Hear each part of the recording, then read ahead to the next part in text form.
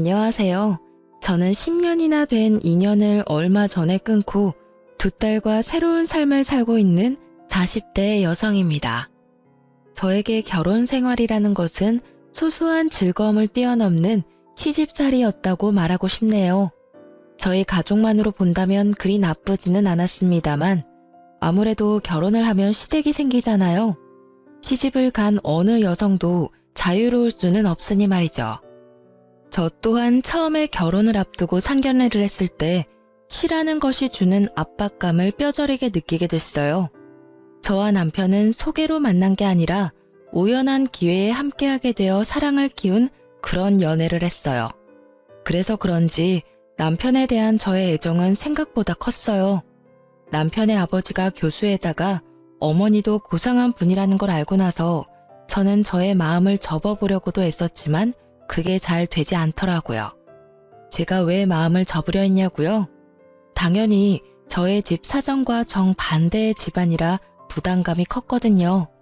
결혼이라는 게 고만고만한 사람들끼리 하는 게 가장 좋은 법이잖아요.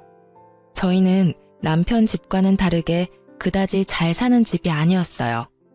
아버지는 많이 배우지는 못하셨지만 건축업을 하며 저희를 먹여 살렸고 어머니도 항상 일거리를 찾아서 돈을 벌어야만 했던 가정이에요. 저는 제 부모님에 대해 애정을 갖고 자부심을 가지고 있어요. 그렇지만 서로의 조건이 이만큼 다르면 당연히 남편 집안에서 반대를 할 거라고 생각했어요. 그런데 저희 집에서도 반대를 하더군요. 너무 환경이 다른 집에 가면 너만 고생할 뿐이라고 아버지가 어찌나 말리시던지. 어머니는 눈치 보더라도 돈 걱정 안 하며 사는 게 제일이라고 하셨지만 아버지는 딸이 눈칫밥 먹으며 사는 게 싫으셨나 봐요. 교양 있는 분들이라 그러지 않을 거라 우스갯소리로 말했는데 웬걸? 교양 있는 사람이 더 심하게 눈칫밥을 줄 줄이야. 그때는 미처 몰랐답니다. 결국은 남편의 설득으로 시댁에 한번 가보게 되었어요. 상견례라던가 그런 건 아니었고 한번 갔다가 저를 탐탁치 않아 하면 그만두자 하고 생각했던 거였어요. 그렇게 시댁에 갔는데 두 분 다 의외로 호의적인 느낌이었어요. 시부는 깐깐하게 보였지만 교수님답게 옳고 그름에 민감한 분이었고 시모는 고상한 사모님처럼 보였지만 할 말은 다 하는 타입이었어요. 그리고 결혼 후에 시모가 교양 있는 말투로 독설을 한다는 걸 잘 알게 됐고요. 그때 시모는 제게 결혼을 하고 싶으면 한 가지 조건만 허락하면 된다고 하셨어요. 그건 바로 시모의 시모, 즉 시조모를 제가 맡아줬으면 한다는 거였어요. 물론 이게 같이 살면서 돌보라는 거였다면 저도 허락을 안 했겠지만 당시의 시조모는 작고 왜소한 분으로 본인 앞가림은 다 할 줄 아시는 분이셨어요. 그리고 혼자서 좋은 집에서 잘 살고 계셨고요. 대신 시조모가 부를 때는 무조건 가야 한다는 게 조건이었어요. 처음에는 망설였는데 시부가 한마디 거들더라고요. 시조모를 돌본다면 시부모인 자기들은 모실 필요 없다고요. 그리고 시조모를 모시며 결혼하면 신혼집을 마련해 주겠다고 하셨어요. 그 이야기에 저는 마음이 확 기울었어요. 나쁘지 않은 이야기라고 생각했어요. 아무래도 없는 집에서 자란 제게 자가라는 건 상상만으로도 달콤한 것이었으니까요. 그래서 저는 그 일을 맞는 조건으로 결혼을 할 수 있게 되었죠. 그런데 문제는 시모를 모시지 않는다고 하여 시집살이에서 자유로울 수는 없다는 점이었어요. 제가 그 부분을 놓친 거였죠. 저는 결혼 후 첫째 딸을 낳고 그럭저럭 괜찮은 시간들을 보내고 있었어요. 시모가 말한 시조모를 모시는 일도 그렇게 힘든 일은 아니었어요. 오히려 시조모의 성품이 저와 잘 맞아서인지 둘이서 대화를 하는 게 그렇게 재미있을 수 없더라고요. 저는 애늙은이 같은 면이 있었고 시조모는 젊어 보이는 것에 민감했으니 어찌저찌 잘 맞았던 거였어요. 그래서 제게 시조모 부양은 부양이 아닌 말벗의 느낌에 더 가까웠어요. 처음에는 빠릿하게 집안일을 해나갔다면 이후에는 차츰 시조모께서 그런 일은 아줌마를 부르면 된다며 이야기나 더 하고 가자고 하시더라고요. 결국은 재미있게 이야기를 하고 맛있는 걸 먹는 아주 재미있는 시간이 되었으니 저야 더 바랄 게 없는 상황이었죠. 그렇지만 문제는 시조모님이 아닌 시모에게서 나타났어요. 제가 둘째를 낳았을 무렵이었죠. 첫째가 딸이었기에 시모는 둘째는 꼭 아들을 낳기를 원했어요. 그런데 어디 아이가 원하는 대로 성별을 타고 나오나요? 결국은 둘째도 딸아이였다는 게 문제의 시작이었어요. 저는 당시에만 해도 그렇게 심각하게 느끼지 못했어요. 그런데 시부모가 산부인과에 왔을 때 뭔가 잘못됐다는 걸 느꼈어요. 바로 밝은 시부의 표정과는 다른 차가운 시모의 표정 때문이었어요. 시부와 남편이 맛있는 걸 사오겠다며 나간 사이 시모가 제게 말하더군요. 첫째 때는 첫아이라 그러려니 했는데 두 번째까지 딸인 건 좀 너무하지 않니? 어떻게 넌 아들 하나를 못 낳아? 정말. 내가 남편 때문에 금팔찌를 사오긴 했다만 솔직히 네가 감히 이걸 받을 자격이 있는지는 너 스스로 생각해봐. 그리고 딸 낳고 조리할 생각은 하지 말고 보름 뒤에 집에서 김장하니까 그때 꼭 와서 거들고 가거라. 보름 뒤요? 애가 아직 어려서 다른 데 맡기기가 힘든데 올해만 좀 봐주시면. 봐주긴 뭘 봐줘? 내가 심하다고 생각하니? 아니야, 네가 나한테 너무한 거지. 어떻게 내리 딸만 낳을 수 있어? 아들이 없으면 우리 집 재산은 누가 지내? 저는 시모의 말에 할 말이 없었어요. 제가 잘못해서가 아니라 어이가 없어서요. 이 말도 안 되는 언행에 어디를 어떻게 어디서부터 지적해야 할지 알 수가 없었으니까요. 시부와 시모가 돌아오니 시모는 제게 언제 그랬냐는 듯 조리 잘하라며 덕담을 하고 돌아가시더군요. 참으로 가증스러운 모습이었어요. 저는 참다 못해 남편에게 말했어요. 어머님이 보름 뒤에 김장할 때 나더러 오래. 나 몸도 안 좋은데 김장까지 하면 진짜 반은 죽을지도 몰라. 설마 일 시킬 리가 있겠어? 산후조리 잘하라는 분인데. 그냥 손녀 보고 싶은 마음에 당신을 부른 거겠지. 일한다 생각하지 말고 갔다 와. 첫째는 내가 봐줄까? 진짜 그럴까? 근데 어머님이 아들 원하셨는데 딸 낳아서 많이 실망하시던데 그 부분에 대해서 들은 건 없어? 아니, 설마. 요즘 세상이 어떤 세상인데 딸 아들 구별해. 나는 아들보다는 딸이 더 좋아. 벌써부터 애교가 철철 넘치잖아. 남편이 딸을 좋아하니 마음을 굳게 먹었어요. 보름의 시간이 지나고 저는 일복을 입고 집을 나서려 했어요. 그런데 남편이 일하라고 시키지는 않을 거라며 편한 옷 입고 가라고 하더군요. 결국은 인부복을 원피스를 입고 시댁에 갔는데 김장이라더니 일할 사람은 저와 시모뿐이더라고요. 동서가 오기로 했는데 아예 코빼기도 보이지 않고요. 게다가 제가 흠칫 놀란 건 시모가 지독한 감기에 걸려서 콜록대고 있었기 때문이었어요. 어머님, 감기가 심하신 것 같은데 김장은 다음에 할까요? 이 상태로는 어머님도 더 힘드실 것 같고. 절인 배추를 벌써 준비했는데 어떻게 뒤로 미뤄? 무조건 오늘 하고 치러야 해. 그리고 나는 아파서 일 못하니 네가 알아서 해놔. 저 동서는 혹시 오늘 언제 온다고 해요? 둘째는 오늘 안 와. 걔는 몸이 안 좋다고 해서 쉬라고 했다. 그렇게 됐으니 얼른 시작해라. 내내 콜록거리는 시모 앞에서 저는 인상도 쓰지 못한 채 홀로 김장을 해야 했습니다. 정말로 거짓말 하나도 안 보태고 평소보다 몇 배는 더 고되고 힘든 작업이었어요. 결국은 혼자서 배추와 사토를 벌인 끝에 김장이 끝났고 집에 돌아온 저는 근육통으로 저녁 내내 앓아야 했어요.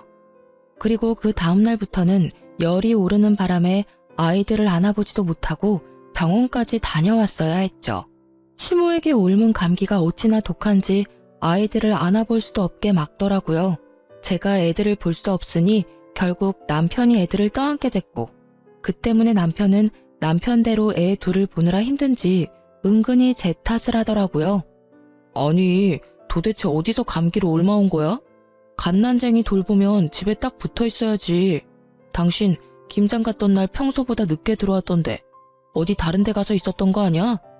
산후조리 해야 할 사람이 몸 관리를 어떻게 하길래 감기에 걸려? 머리 아프니까 나한테 뭐라고 하지 마. 내가 가고 싶다고 했어? 오라고 한 건 어머님이고 등 떠민 건 당신이야. 그리고 그 감기균이 어디서 얼마 온 건지 가르쳐 줄게. 어머님이 감기 걸리셨더라고. 동서도 불참한 상태에서 나 혼자 김장하느라 정말 죽을 뻔했거든? 어떻게 몸조리도 안 끝난 사람을 불러서 일을 시켜. 당신한테 말하기 힘들어서 말 안 했는데 어머님이 나 둘째 낳고 무슨 소리 했는지 알아? 딸 낳고 무슨 산후조리 하냐고 혼내시더라. 그리고는 김장 오래잖아. 아들 못 낳은 게 내 탓이야? 내 탓이냐고. 그게 사람을 이렇게 못 살게 굴 이유가 되는 거야? 결국 저는 터져버렸고 그 이야기를 들은 남편은 깜짝 놀라더니 그 길로 씩씩거리며 시댁에 전화를 하더군요. 어머니, 어쩌자고 출산한 지 보름밖에 안 된 사람을 불러다가 김장을 시킨 거예요.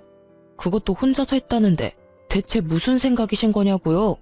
지금 집사람 아파서 몸도 못 가눌 정도라고요. 그것 때문에 지금 제가 얼마나 고생하고 있는지 알기는 아시냐고요. 걔가 아픈데 웬 네가 고생을 해. 며느리 좀 바꿔봐라. 너한테 일 시키는 거면 내가 한 소리 좀 해야겠다. 어머니가 지금 제 일을 만들어주고 있잖아요. 어머니가 집사람한테 옮긴 감기 때문에 집사람이 애를 못 보잖아요.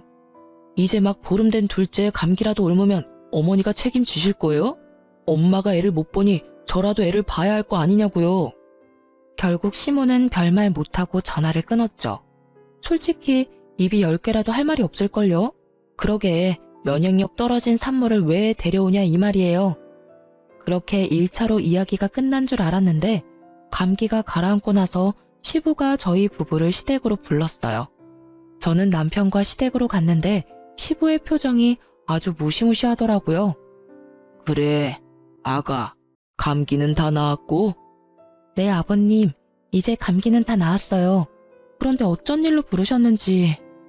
너 혹시 이번에 김장하러 왔었니? 네, 김장하고 갔는데 혹시 무슨 문제라도 있으셨나요? 그때 제가 너무 경황이 없어서 혹시라도 김치 맛이 이상하다면 죄송합니다. 그랬구나. 역시 너희 시어머니가 너한테 되지도 않는 시집살이나 시킨 거였어. 당신은 그렇게 할 짓이 없어서 며느리 괴롭혀? 어떻게 출산한 지 보름밖에 안 된 며느리를 데려다가 김장을 시켜? 아니, 딸 낳고 뭐가 자랑이라고 미역국을 끓여 먹고 팔자 좋게 산후조리를 해요. 옛날 같았으면 당장 나가서 일할 상황이라고요. 그리고 며느리 둘이 다 안 하겠다는데 그럼 김장은 뭐 나 혼자 해요? 그럼 며느라가 김장은 누구랑 같이 했는고?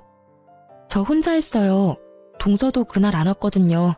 어머님도 기침감기 때문에 계속 콜록거리고 계셔서 제가 일을 다 해야 했어요.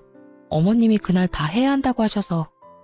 어이구, 맨날 나가서 교양 있는 척은 혼자서 다 하더니 이거 봐. 당신이 그렇게 중요하게 여기는 교양과 상식에 출산 직후의 여성을 김장에 막 부려먹어도 된다고 하든 조선시대에도 이렇게까지는 안 했을 거야. 게다가 감기에 걸려서 콜록거리면서 어떻게 애를 봐야 할 사람을 불러서 감기로 옮기도록 할 수가 있어. 상식이라고는 어디다 갖다 처박아 놨길래 이런 사달을 만들어? 결국 시부가 화를 내고 시모에게 사과하라고 했지만 시모는 절대로 미안하다 한마디를 안 하더라고요. 뭐 저도 사과받을 생각이 없기는 했어요. 그걸 보고는 시부가 저에게 미안하다며 사과를 하시더라고요. 그때 저는 앞으로도 시모와는 이렇게 대면대면 거리 두고 살기로 작정했어요. 그렇게 다짐하고 나니 그 뒤로부터는 시모에게도 할 말은 하게 되더라고요. 그렇게 시모와의 사이가 악화되고도 그럭저럭 5년을 더 살았어요. 그동안에도 시모는 저에게 날카로운 눈총을 보내기도 했어요. 그리고 추석이 지난 공휴일에 친정에서 연락이 왔어요. 딸, 빨리 병원으로 와. 너희 아버지 아파서 지금 병원에 왔는데 나 혼자 무서워서 못 있겠어. 왜? 무슨 일인데 병원이야? 너희 아버지가 갑자기 숨이 잘 안 쉬어진다고 해서 병원 응급실에 왔는데 뭐가 안 좋나 봐. 의사들 얼굴이 심각해. 전화를 받으면서 옷을 후다닥 갈아입은 제가 병원에 도착했을 때 친정엄마는 거의 무너져 있었어요. 폐암 4기에 간이며 콩팥이며 뇌까지 전이가 다 된 상태라고 하더군요. 결국 수술은 불가하고 항암과 방사선으로 여명을 조금씩 늘리는 수밖에 없다고 하더라고요. 입원실에 들어간 아버지는 본인의 상태를 어느 정도 짐작한 듯 보이더라고요. 그리고 더 이상 치료에 희망이 없음을 느끼셨는지 집으로 가고 싶다고 엄청 떼를 쓰셨어요. 마음 같아서는 계속 병원에 두고 싶었지만 집이 보고 싶었을지도 모른다는 생각에 엄마와 저는 아버지를 집으로 데려왔고 가족 모두가 함께 하기로 했어요.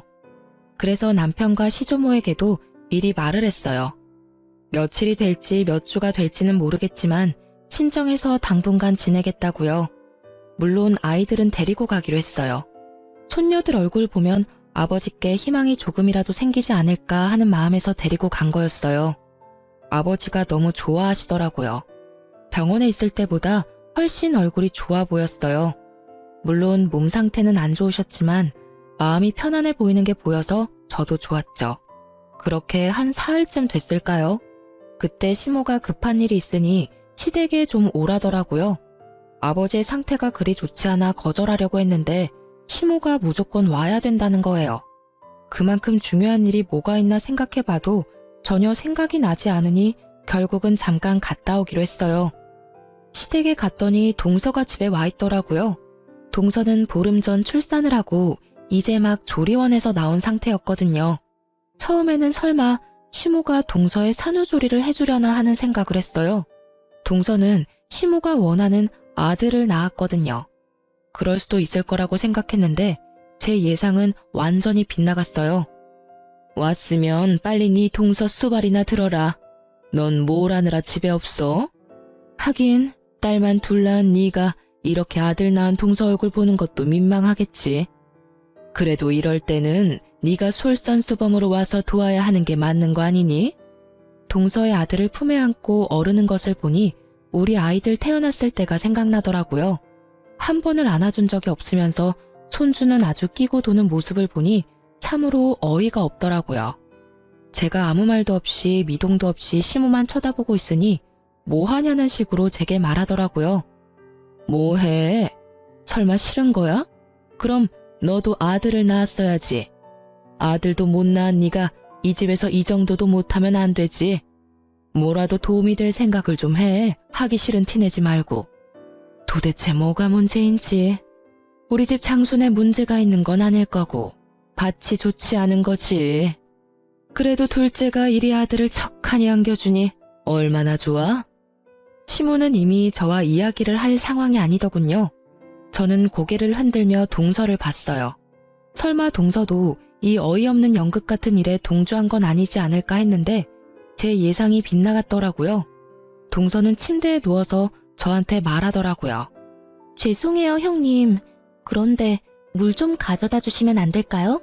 몸이 엄청 안 좋네요. 그리고 저 먹고 싶은 거 있는데 잡채랑 갈비찜 좀 만들어 주시면 안 돼요? 몸이 아직 안 풀려서 그런지 몸에 좋은 음식들이 막 먹고 싶네요. 실실거리며 시켜 먹으려는 동서를 보니 아주 배알이 뒤틀리더라고요. 출산 후 딱 보름, 저는 그때 김장을 하고 있었죠. 이런 극진한 수발 같은 거 받아본 기억도 없는데 정말 화나더라고요. 위독한 아버지 놔두고 여기 오게 만든 것도 열받았어요. 중요한 이유도 아닌 그저 동서의 산후조리를 위해 제가 가족과 보낼 수 있는 유일한 시간을 뺏겼다는 것이 너무 열받는 일이었거든요. 결국 이런 말도 안 되는 일에 제 입에서도 고운 말이 나오지는 않더라고요. 어머님, 제가 딸만 낳아서 미운 건 아시겠는데 때를 좀 가려서 이런 일 시키세요. 제가 분명히 아버지 위독하셔서 아버지 곁에 있어야 된다고 말씀을 드렸는데 이렇게 부르는 건 상식 밖의 일 아닌가요? 그리고 아들이 그렇게 좋아서 동서 수발 들고 싶으면 어머님 본인이 하세요. 왜 저한테 그런 일을 시키세요? 게다가 요즘에 도우미도 부를 수 있는데 일부러 저한테 시키는 것 자체가 저를 괴롭히려는 것으로밖에 안 보인다고요. 아시겠어요? 그리고 동서도 이러는 거 아니지. 내가 손윗 사람인데 아주 턱짓으로 사람을 부려먹으려고 해. 물 먹고 싶으면 알아서 가져와서 먹어. 손이 없어 발이 없어. 이런 일로 저 부르지 마세요. 아니 뭐 저런, 네가 뭐가 바빠서 이런 일도 못 도와줘? 그럼 늙은 내가 며느리 수발 들어야 되니? 어머님이 여기에 동서 불렀을 거 아니에요. 그럼 어머님이 책임지셔야지. 왜 이제 와서 애먼 사람한테 난리래요? 다 됐고 저 이제 부르지 마세요. 그렇게 말하고 나오는데 친정 엄마에게서 전화가 왔어요. 절대로 듣고 싶지 않았던 소식, 바로 아버지의 임종이었어요. 결국은 저는 시모의 이런 상식 밖의 행동 때문에 아버지의 임종조차 지키지 못한 딸이 되었어요. 그게 너무 원통하더라고요. 그렇게 계속 있었는데 가시는 길 배웅을 못하다니. 그래도 장례는 치러야 하잖아요. 그래서 마음을 다잡았어요. 시모의 일은 접어두고 이 장례식을 잘 치러야겠다는 생각만을 하고 있었는데 제 불붙은 가슴에 기름을 끼얹은 일이 다시 일어났어요. 이번에는 아예 대참사 수준의 사건이었죠. 아버지 장례 때 시부는 병원에 입원 중이었어요. 그래서 시모만 장례식장에 왔는데 제게 봉투를 주시더라고요. 봉투를 챙겼는데 딱 5만 원이 들어있더라고요. 따로 부의금을 낸 것도 아니고 제가 받은 게 시댁에서 우리 집에 보내는 부의금인데 5만 원. 그런데 이 5만 원에 화가 난 게 아니었어요. 제가 화가 난 건 시모의 말 때문이었죠. 시모는 제게 5만 원의 부의금을 건네더니 차가운 목소리로 말하더라고요. 사돈어른께서 가시는 길이 참 마음이 아프시겠네. 아들도 못 낳는 딸 낳아두고 저 세상 가는 마음이 어떻겠어? 그리고 어떻게 꼭 돌아가셔도 이렇게 남의 경사 때 돌아가시는지 모르겠어. 우리 집 손주 태어난 거 아시고 질투나셔서 일찍 그렇게 되신 건지도 모르지. 안 그러니? 이게 초상집에 와서 할 말인가요? 괜찮니? 라는 말 한마디라도 좋았을 일인데 여기까지 와서 그런 말을 하다니. 저는 시모의 말이 저를 향한 욕이 아니라 친정아버지에 대한 모욕으로 받아들였어요. 결국 장례식이 끝나고 꾹꾹 눌러 담았던 화를 남편에게 가서 풀었어요. 어머님, 도대체 나한테 왜 그러시는 거야? 당신 장례식장에서 어머님 봤어? 또 무슨 일 때문에 그러는데? 엄마 그러는 거 하루 이틀 일도 아니잖아. 그냥 당신이 참고 좀 넘어가면 안 돼? 아니, 당신은 왜 내가 잘못했다는 식으로 말해? 어머님이 오늘 장례식장에 오셔서 꼴랑 부의금 5만 원 주고 가셨어. 그러면서 나한테 뭘 하시는 줄 알아? 몰라. 모르겠고 듣고 싶지도 않아. 그리고 부의금 5만 원이 어때서? 돈 때문에 난리치는 거 보니 정이 다 떨어져. 엄마가 장례식장까지 간 정성이 있는데 설마 돈 적게 냈다고 뭐라 하는 거야? 너 진짜 그러는 거 아니다. 힘들 때 와주는 게 고마운 거지. 내가 돈 때문에 그러는 거라고 생각해? 아니라고. 내 말 좀 들어보고. 됐어. 듣고 싶지도 않으니까 그만해. 너만 힘든 일 있는 것도 아니고 나도 더 이상 당신이랑 엄마 둘이서 투닥거리는 거 듣기도 싫고 받아주기도 싫어. 문제 생기면 둘이서 알아서 풀어. 불가능에 가까운 걸 요구하는 남편놈을 보며 저는 이놈의 집구석이 아주 꼬라지도 보기 싫어졌어요. 그렇지만 바로 이혼이라는 단어를 내뱉지는 않았어요. 다른 사람들에게 시모가 제게 한 일들을 모두 까발려주고 싶었거든요. 그래서 모두가 모이는 날만 기다렸습니다. 냉랭한 제 모습을 보던 남편이라는 작자는 아예 저에 대해 신경도 쓰지 않더군요. 시모와 제 사이에서 끼이는 것도 지겹다나요? 완전한 해결책을 바란 것도 아닌데 남편의 그런 행동은 저를 정떨어지게 만들기 충분했어요. 그리고 추석이 되었어요. 저는 작심을 하고 어른들에게 드릴 용돈 봉투를 만들었습니다. 시조모에게는 50만 원을 넣고 시부의 봉투에는 30만 원, 그리고 시모의 봉투에는 5만 원을 넣어서 드렸어요. 역시나 봉투를 받은 시모의 얼굴이 확 상하더군요. 고상함을 추구하며 항상 무표정한 표정을 짓는 시모의 그 일그러진 표정만 봐도 기분이 한결 나아지더라고요. 이거 봐. 얘는 이래서 안 된다니까. 너 설마 시아버지, 시조모님 봉투에까지 이런 장난친 거 아니지? 이게 뭐야, 애들 용돈도 아니고. 네 동서는 봉투에 50만 원 두둑히 넣어왔던데 넌 꼴랑 5만 원 넣어왔어? 나이가 들면 나이가 든 행동을 해야지. 너보다 어린 우리 둘째 며느리가 뭘 보고 배우겠니? 윗물이 맑아야 아랫물이 맑다는데 너희는 어찌 된 게 이렇게 정반대야? 집에 도움이 되는 일을 못했으면 이런 날 부모님 기쁘게 해드릴 노력 같은 건 아예 없고. 아들아, 너 장가 잘못 갔어. 참 모질다 싶은 말들만 골라 하더라고요. 그래서 저도 따박따박 말해줬죠. 그럼 동서는 아버지 돌아가시면 50만 원 드리겠네요? 동서는 좋겠어. 이렇게 좋은 시어머니도 두고. 근데 어머님, 제가 생각이 없어서 5만 원 넣었겠어요? 어머님이 제 아버지 돌아가셨을 때 장례식장에서 5만 원만 주셔서 그렇게 담았을 뿐이에요. 어머님이 하신 그대로 돌려드렸는데 뭐가 문제인지 잘 모르겠네요. 제 이야기를 듣고 있던 시부가 깜짝 놀라더니 시모에게 따지더라고요. 이게 무슨 소리야 당신? 내가 준 돈 200만 원은 어쨌어? 장례식장 갈 때 내가 봉투에 넣어준 돈. 시부가 나서서야 시모의 표정이 살짝 당황하더라고요. 그렇지만 여전히 뻔뻔한 고상함을 무장한 채 한마디도 지지 않고 역 같은 소리를 짓거리더군요. 아니, 아들도 못난 며느리예요. 아무리 사돈 어른이라도 그만큼 받을 만한 이유가 없죠. 이 집안에 도움될 만한 일을 얘가 한 적이 없는데 왜 우리가 돈을 그만큼을 써야 해요? 그 이야기를 들으니 딱 감이 오더라고요. 시모 혼자 이 모든 일을 벌였구나 하고요. 여보, 그만 좀 해. 장례식장에서 5만 원 받은 일로 아직까지 꽁에 있는 거야? 내가 제발 좀 이해하고 넘어가자고 했잖아. 어머니 옛날 사람이고 아들 좋아하는 거 이미 잘 알고 있는데 새삼스레 왜 이제 와서 이러는데. 제발 조용히 좀 살자, 어? 그냥 장례식장 와주신 거에 의미를 두라고. 돈 같은 거에 연연하지 말고. 살면서 그 돈보다 더 많이 받을 수도 있잖아. 남편 놈은 시모 말을 듣고도 제 엄마 두둔하기 바쁘더라고요. 딸을 좋아하지만 엄마도 포기 못하는 거겠죠. 참 효자예요. 그걸 보는 저는 우라통이 터지지만요. 5만 원 받아도 상관없었어. 그런데 돌아가신 고인에게만큼은 예의를 다해야 됐던 거 아니야? 어떻게 장례식장에 와서는 딸한테 아버지를 욕보일 수가 있어. 도대체 무슨 생각으로 그런 말 하셨어요? 말해보세요. 아들도 못 낳는 딸 놔두고 가는 아버지 심정 운운할 때 도대체 무슨 생각을 하셨냐고요. 저는요, 당신 때문에 저희 아버지 임종도 못 지켰어요. 그 잘난 아들 낳은 동서 산후조리 수발 들라며 저 불러냈을 때 저희 아버지 돌아가셨거든요. 이러니 제 가슴에 못이 박히지. 아버지 마지막도 못 본 저한테 장례식장에서까지 그런 말씀 하셨어야 했어요? 그건 저를 욕보인 게 아니라 저희 친정 아버지를 욕보인 거라고요. 악에 받쳐 말하는 제 말에 시부의 얼굴이 터질 것처럼 벌겋게 달아오르더라고요. 뭐? 아니 이 옆에 내가 정신이 나갔어? 어디 장례식장에서 그런 막말을 하고 와? 그리고 임종 지키러 간 며느리를 왜 다시 불렀어? 그딴 쓸데없는 이유로.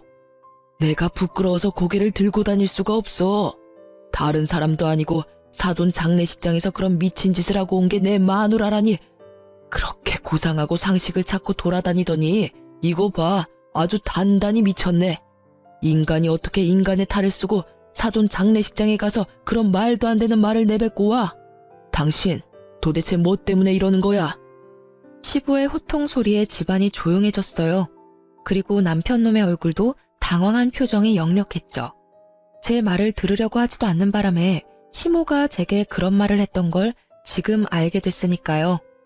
당신은 그 중요한 이야기를 왜 지금 해? 미리 말했으면 내가 잘 알아서. 듣고 싶지 않다며, 알아서 잘 좀 하라며. 이제 둘 사이 신경 안 쓰겠다고 한 사람이 누군지 알아? 내가 왜 말을 안 했겠어? 말하려고 했는데 당신이 안 들은 거잖아. 나는 당신한테 이미 정이 다 떨어졌어. 이야기를 들을 준비조차 안 된 사람하고는 같이 못 살아. 그러니까 우리 이혼해. 갑자기 무슨 이혼이야? 다시 생각해봐. 어머니도 빨리 사과하세요. 이건 아무리 봐도 어머니가 잘못하신 거예요. 장례식장에서 왜 그런 소리를 하신 거예요? 남편놈이 그제야 뒤늦게 시모를 닥달했지만 시모는 눈도 깜빡하지 않더라고요. 이 와중에 동서는 두 눈 동그랗게 뜨고 구경만 하고 있고요. 조만간 둘 다 눈 돌아갈 일들이 생길 텐데 말이죠. 그때 시모가 차분하게 한마디 하더군요. 이혼해. 너는 뭘 그렇게 잘했다고 이렇게 당당하게 굴어? 아들도 못 낳은 너 같은 건 이 집안에 필요 없어. 그리고 시어머니 못난 점 남들한테 다 까발리는 나쁜 며느리도 나는 필요 없다. 그러니 헤어져. 네, 못할 건 없죠. 저도 남의 아버지 장례식장에 와서 아버지랑 그 딸한테 나란히 모욕을 준 사람을 제 시어머니로 모시고 싶지 않으니까요.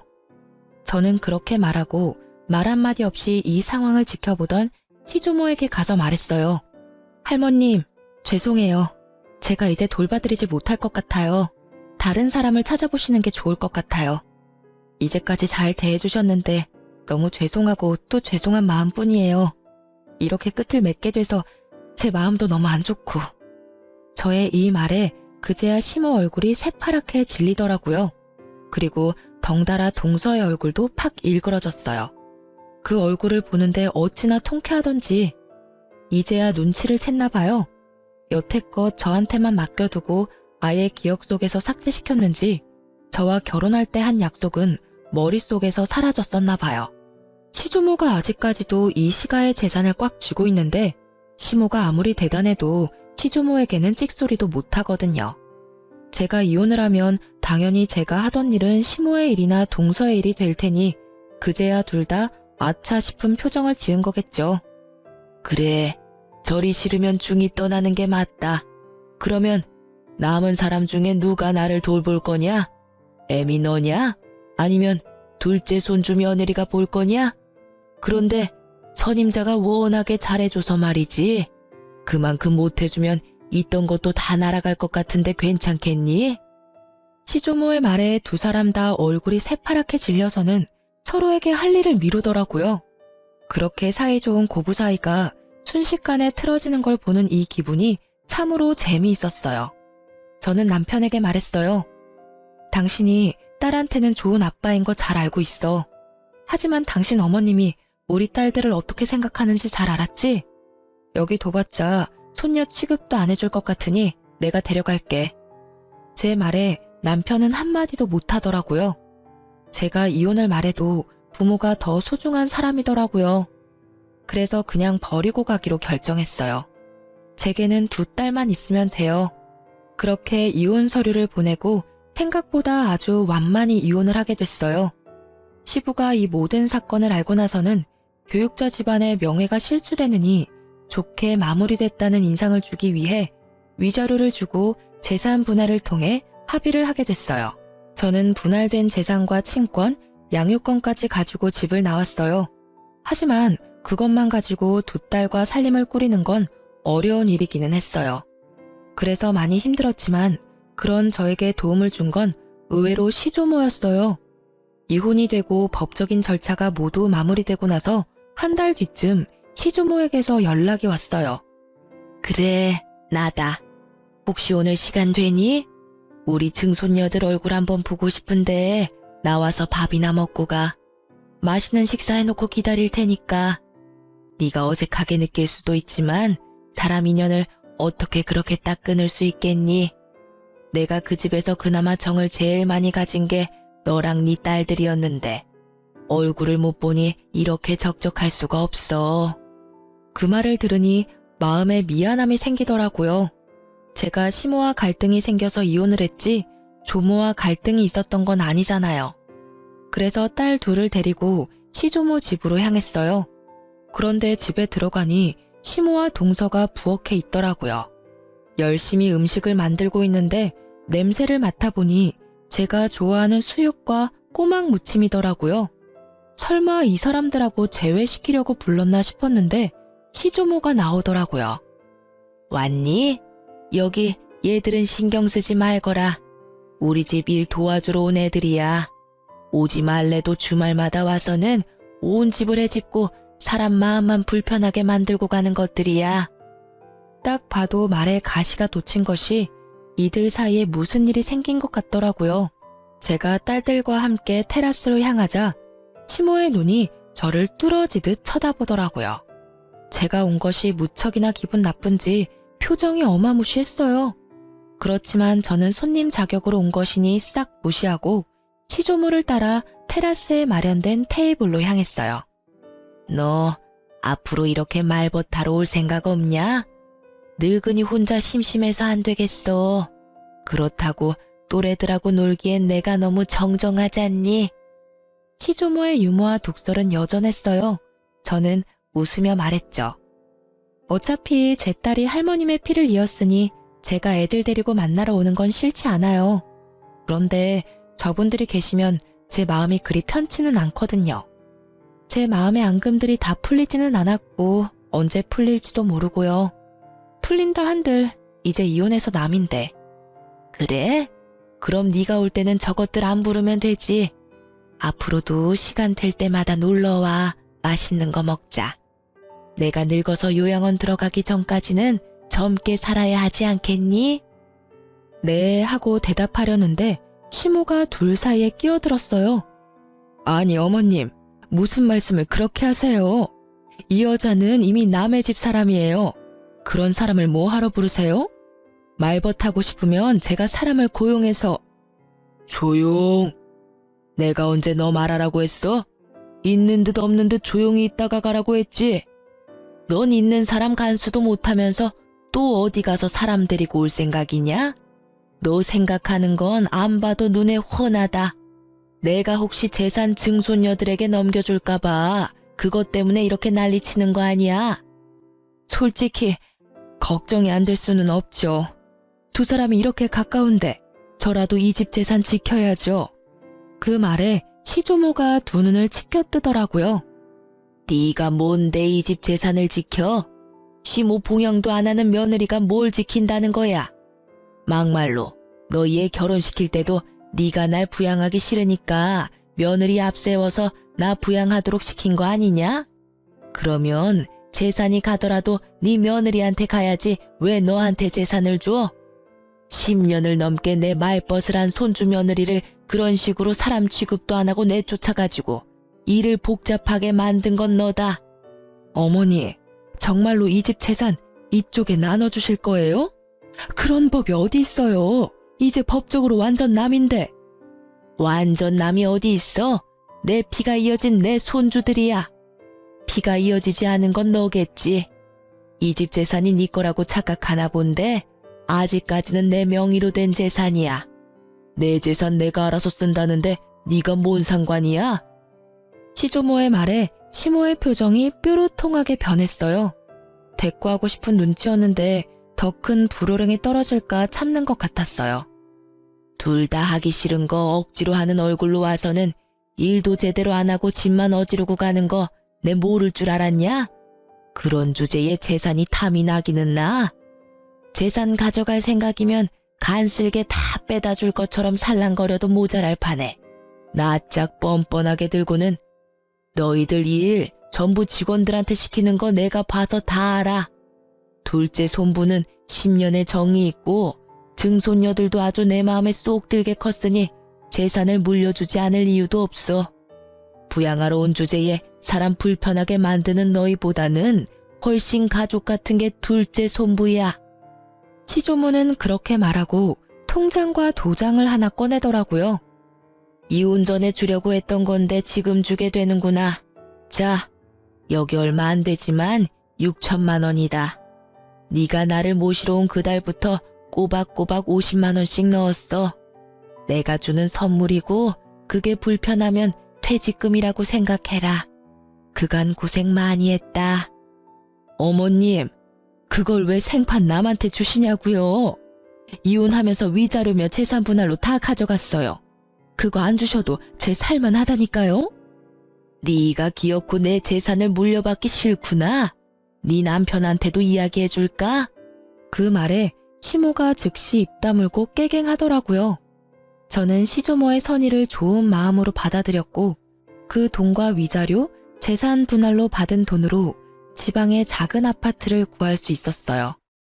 그 뒤로도 시조모와는 좋은 관계로 잘 지내고 있어요. 그러나 시모와 동서는 결국 조모의 화를 피하지 못한 듯 하더라고요. 시조모가 지나가는 말로 슬쩍 이야기하시더라고요. 얼마 전에 유언장을 썼는데 쓸데없는 이름 2개를 지워버렸어. 내 평생 돈이라고는 들고 나가는 게 제멋대로라 내가 마음대로 하는 게 아니라는 생각이었는데 그것들 하는 걸 보니 아주 아깝더라고. 그래서 빼버렸지. 그랬더니 아들놈이 지 마누라를 잡는데 아주 배꼽 잡고 웃었구나.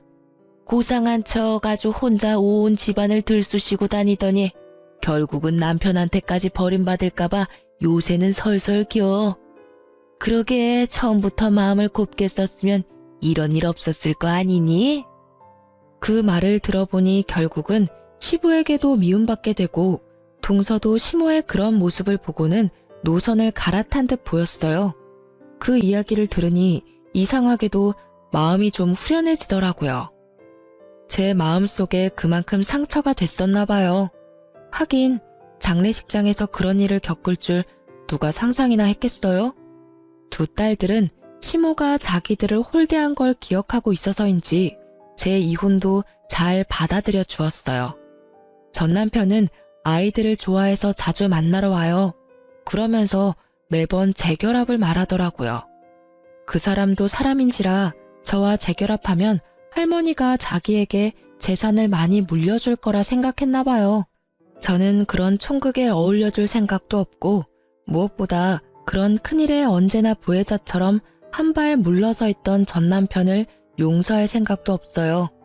제가 시모와 사이가 나빠진 건 시모의 행동과 언행에도 문제가 있었지만 전 남편이 적절히 중간에서 중재를 해주지 않았다는 것도 크다고 생각하거든요. 그냥 이렇게 가끔 아이들을 만나러 오는 아빠 역할만으로도 저는 충분히 고맙게 생각하고 있고 딱 그뿐인 감정이에요. 저는 시모 때문에 재혼 생각은 아예 없이 그냥 살고 있어요. 이렇게 간섭받지 않고 자유롭게 사는 게 더 재미있기도 하고 힘든 일도 분명히 많지만 그것을 모두 덮을 만큼 마음이 개운한 것도 있어요. 처음 이혼할 때 홀로 서기에 대한 두려움이 있었는데 지금은 전혀 그런 마음이 없거든요. 글을 쓰다 보니 한없이 길어졌지만 제가 하고 싶은 이야기는 다 쓴 것 같아요. 제 이야기에 같이 욕해주시는 분도 계실 거고 안타까워할 분들도 계실 거예요. 그렇지만 저는 지금 그 어느 때보다도 즐거운 하루를 보내고 있어요. 모두들 저처럼 홀가분하고 행복한 하루를 보내시길 바래요. 글 읽어주셔서 감사합니다.